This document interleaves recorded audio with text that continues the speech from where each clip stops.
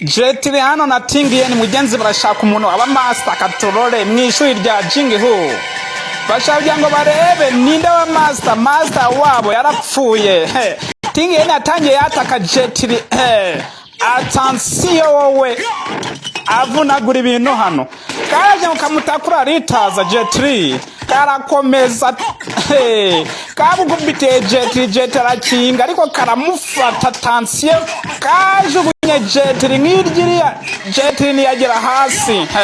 karaza kongera kamutakure Jetiri akwepa tansiyo karaje kabugubite Jetiri umugeri Jetiri ati wapi ntabwo byavamo Jetiri azamusanga ati noneho kanze nkwereke bastard aramutakura aragafata shagashira asagatega ariko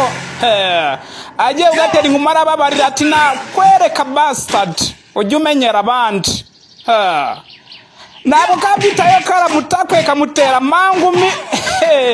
kakubise Jetiri umugeri ati master mushire hasi ati kandi n'ikindi na mudamu umuyapani kazi dushaka mu ishuri ry'abasore ba Jingihu atayiko murekera kuvuga ibyo ngibyo yewe Jetiri yarabyumvise ati mumwirukana hano master Jetiri kaje agakubita umugeri bastard uzaca n'ahandi arakitegeza karamwitegereza kazivanayo Jetiri ati ngwino murashaka kwirukana umuntu mu Bushinwa mwishuri yigiyemo ngo yuko ngo yakunanye n'umukobwa wo mu Yapani atansiyo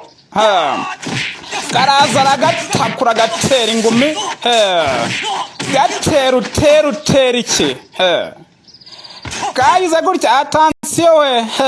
karatansiyo Jetiri ntabwo ari umuntu woroshe bastard aragaha azamuka mutera imigeri reka Jetiri akwepa utera iki umugeri wa muntu kayize gutya akakubarira umuntu hano kazamuye umugeri karamutakura karamutega agwasi n'undi nawe nusanya n'udakora mu bastard umugeri w'ibitugu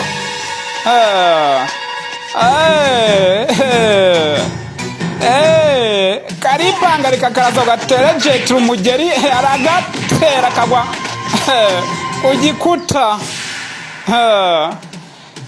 mugenzi yakinishije udakina